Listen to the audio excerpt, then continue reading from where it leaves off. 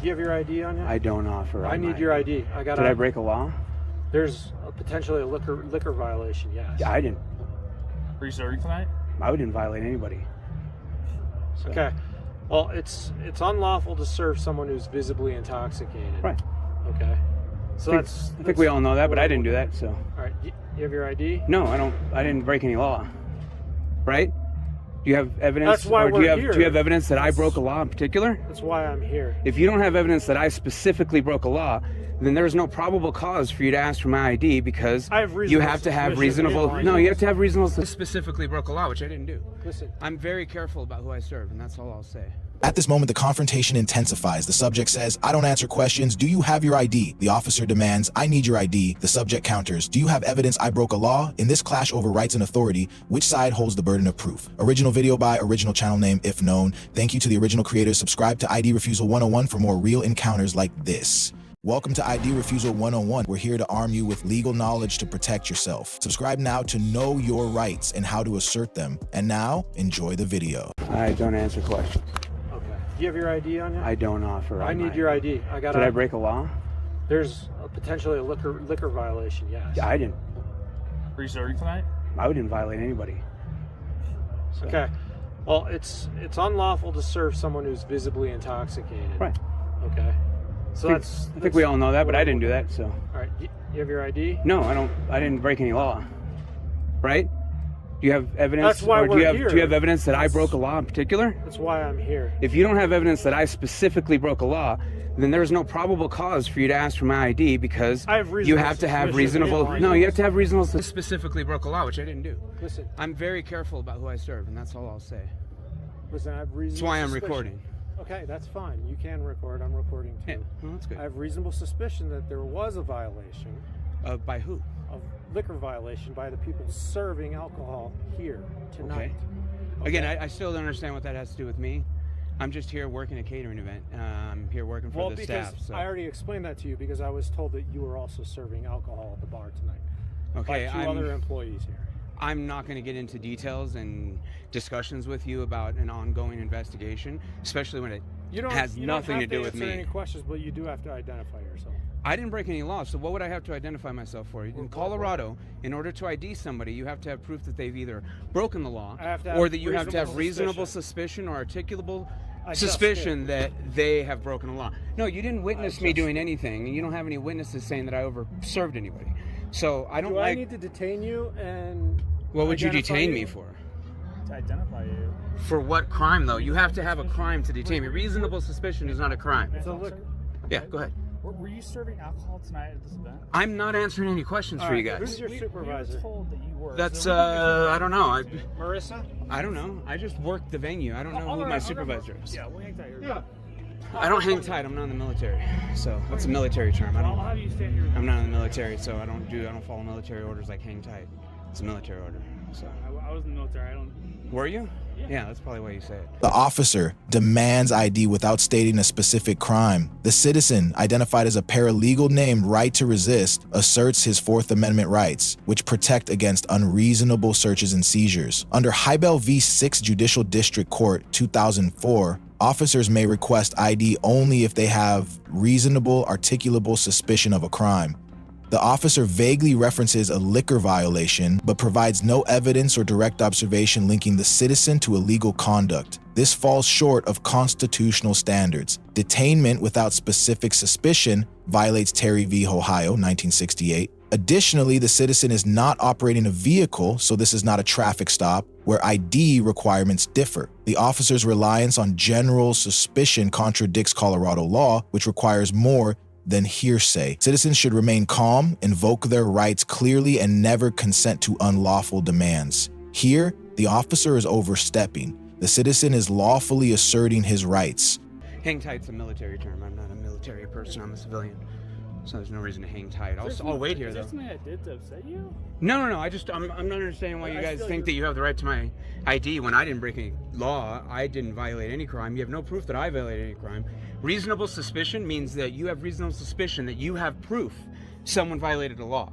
You don't have that. You have hearsay from many different people. You didn't witness anything. So reasonable suspicion has to occur in order for you to require my ID. That hasn't occurred yet. I'm not stupid. I know the law very well. I'm a paralegal. You're not going to bully me into forcing ID out of me for something I didn't do. I didn't break any law. So you have to have a law broken, or say, we're pretty sure he broke the law in order to ID me. You don't have any proof that I broke the law, because I didn't. Can I talk? Yeah, go ahead. Okay. So, from my training, reasonable suspicion is that I need to investigate what's going on. I have reasonable suspicion that bartenders were serving alcoholic beverages at this venue. Right, but you have to have reasonable suspicion that I personally broke the law. Yeah, you do. That's how it works. You can't just have blanket suspicion. I'm not gonna argue with you if you don't argue. Yeah, you can't have blanket suspicion. You have to have suspicion of an individual. We have the right to be free in our persons, and effects against unreasonable. Right. I have to have evidence. No. In order to even ask for my ID, you need to have a warrant, or you have to have reasonable, articulable suspicion or probable cause that a crime has occurred. You don't have that against me. I didn't. Reasonable suspicion that a bartender that was working here tonight. You have no reasonable suspicion that I was. Did you see me behind the bar? Or did you see me running around picking up glasses? We're gonna ask your supervisor and other people who work there. That still doesn't matter. I was running around picking up glasses. I was running around picking up glasses. I'm recording as well, and we'll agree to I'm literally running around with a tray in my hand. When you got here, you didn't see me serving anyone. Okay. Right? I'm not gonna argue with you. So I don't understand where your reasonable, articulable suspicion that I personally committed a crime is. You can suspect all you want. You can come back later and demand whatever you want once you have that, but you don't have that because I don't break the law. Okay. I know what I'm doing. I'm an intelligent individual. I don't go out breaking laws. I know you are. You're something very intelligent guy. Yeah, so I don't break laws, so I have no reason to articulate. You have no reason to articulate a crime, so I have no reason to articulate. But you're Officer Murdoch accuses the subject, right to resist, of involvement in a liquor law violation, but fails to tie any specific act to him. The subject highlights a core legal standard. Reasonable, articulable suspicion must be personal and specific, not general or collective. Under Delaware v. Prowse, 1979, and reaffirmed in Terry v. Ohio, 1968, police cannot demand ID or detain without articulating how this individual likely violated the law. Hearsay from unknown witnesses or suspicion of the group does not meet constitutional standards. The officer admits he reaches suspicion, yet cannot place the subject behind the bar or serving drinks. The Fourth Amendment protects against suspicionless stops, and the officer's use of vague investigative language crosses into potential misconduct. Right to resist responds lawfully, calmly refusing ID, citing legal precedent, and demanding specificity. Citizens should always ask, what crime do you suspect me of, and what evidence links me to it? Not for me. You have reason to articulate what you think is a crime, but that's not a crime. The lady's on her way to the hospital. That's not even... probable cause. But again, that's not probable cause of me for anything. You're right. I have reasonable suspicion that I'm trying to investigate. Right. Reasonable suspicion is where we're at right now. I'm trying. Don't interrupt me real quick. Let me finish my statement. Right. Reasonable suspicion that people who are working at this event, who are serving alcohol, served alcohol. And that is go ahead. Who served alcohol to these people here, right? So we're just trying to identify. And that is a completely different thing than reasonable, articulable suspicion. Reasonable suspicion just means you reasonably suspect something happened. Reasonable, articulable suspicion is that you specifically have articulable proof. You have reasonable, articulable proof that one individual broke the law. That'd be probable cause. No. That's probable cause is the next step. No, after reasonable, articulable suspicion, then you interview everybody that you can, and if that gives you enough probable cause, then you have a probable cause statement to do an arrest. But you don't have a probable cause statement right now because I haven't admitted to any crimes. Right. Here because I didn't break the law. Yeah, right now don't have probable cause. I didn't break the law though. I have reasonable suspicion to identify all bartenders. No, you don't. You have reasonable suspicion to come and try to do what you got to do to try to fulfill your investigatory quota, but that doesn't have anything to do with me.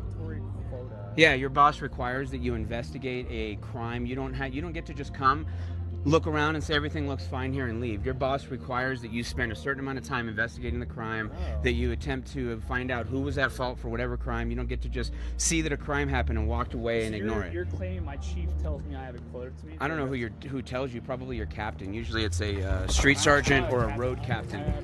I have a commander. You have a street sergeant, likely. Yeah. So your street sergeant's probably the one that mandates it. Your captain mandates it to him, and your chief mandates it to your captain or your whatever.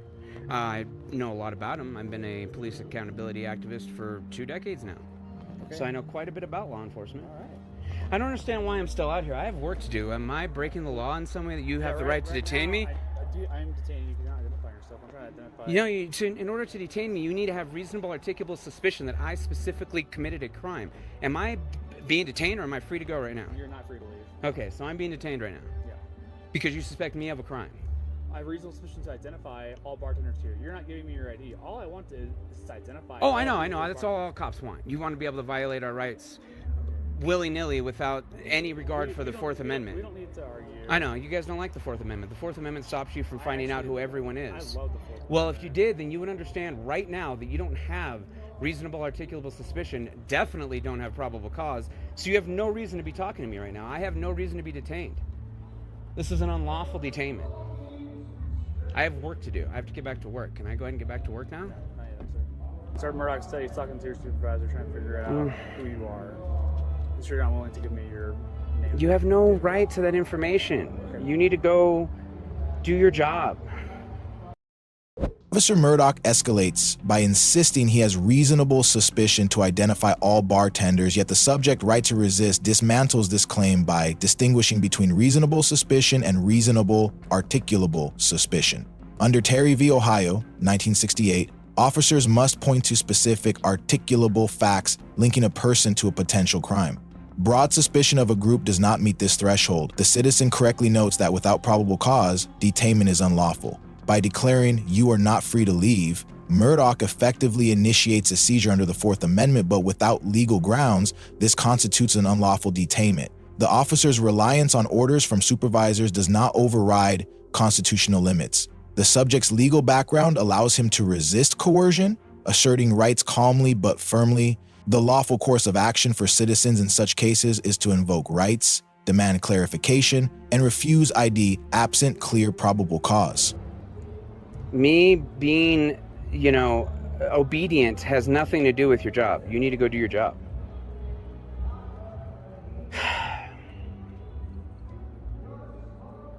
You guys always think you can just bully situations, and it's not going to happen, dude. I feel like I'm bullying, sir. I'm trying to have a conversation. No, it's bullying. When you decided that you were going to detain me without a really strong, reasonable, articulable suspicion, by detaining me without that, you are clearly violating my Fourth Amendment right now. You're violating my Fifth Amendment right. I should be free to leave at this point, and you're attempting to stop me from doing so because you're saying I'm violating the law, but you have no proof of that. You didn't witness me doing that. You can't take hearsay as proof. That's not proof. You have to witness something in order to call it proof, and you don't have that. I didn't do anything wrong. I didn't break the law. I don't do that. Sir, I'm always very careful. Trying to identify you. You don't get to just identify me, though. You can say that you saw some bartender, but I'm not a bartender. I'm a server. You literally watched me walking around picking up glasses of water off of tables. Were you serving alcohol tonight? I'm not answering any questions. You literally saw me picking up glasses of water. That's what you saw me doing. I just met you right here, right now, sir. And I watched you walk in as I was walking around picking up glasses. I don't know what you were looking for. I'm just letting you know that I saw you as I walked in when I was picking up glasses. I'm just trying to get my job done. I got work to do. I want to be able to go home. It's already what? Resistors, as is often the case, I got bored and started playing on my phone. In the process, I inadvertently stopped the recording. Not much happened in the time frame between where I cut it off and where it picks back up, but there was small discussion about my status as a detained individual and when I was going to be released. The video picks back up with the second officer returning after having acquired what he thinks is my legal name. I'm not being detained any longer? No. So what was I being detained? What reasonable articulation did you have that you could detain me? I've already explained this a lot. No, you didn't. You just told me I'm being detained. So you can explain it to me. What reason? Let me finish real quick. What reasonable articulable suspicion did you have that I committed a crime that gave you the right to detain me? Okay. We get called here because there's an unconscious female that was reported that she had been served 7 or 8 alcoholic beverages. None of that's my problem. No. Don't interrupt. Don't interrupt. Yeah, I get it, but that's not my problem. We're out of Yeah. here. See you later. Y'all have a great day. That's just not my problem. You know what I I'm mean? not going to argue with you. Yeah, I'm not going to argue with you either. Have a good night. Thank you.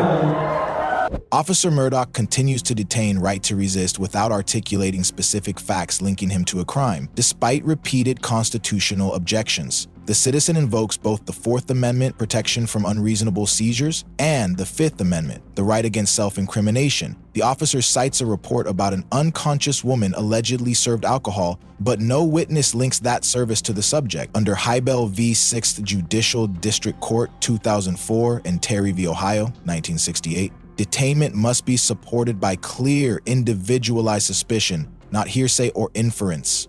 The officer's failure to observe the subject serving alcohol, combined with his insistence on ID, demonstrates a misuse of police authority. When the second officer returns with what he believes is the subject's name, the encounter ends without charges. This is a textbook case of an unlawful stop. Citizens must remember, without specific evidence or probable cause, no ID is legally required, and silence remains a protected right. Officer Murdoch's conduct earns a D. While he remains nonviolent, his persistent detainment of right to resist without individualized suspicion reflects a fundamental misunderstanding or disregard of Fourth and Fifth Amendment protections. His failure to articulate any specific unlawful act or witness testimony makes the detention unlawful under Terry v. Ohio 1968 and Hybel v. 6th Judicial District Court 2004. In contrast, right to resist earns an A for composure, legal accuracy, and clear assertion of rights. His refusal to provide ID without probable cause was legally sound. Citizens should remember, never provide ID unless the officer can clearly state a crime you're suspected of. And always ask, am I being detained or am I free to go? If this breakdown helped you understand your rights, subscribe to ID Refusal 101 and follow the original channel Right to Resist. Stay alert, stay informed, and always stand on the law, confidently and constitutionally. Knowing your rights isn't being difficult, it's being prepared. If this video helped you understand your legal rights, don't forget to like, share, and subscribe. Drop a comment below, tell us your story, ask a question, or suggest the next encounter we should break down. This is ID Refusal 101, where we teach the basics of your right. Thanks for watching, and see you next time.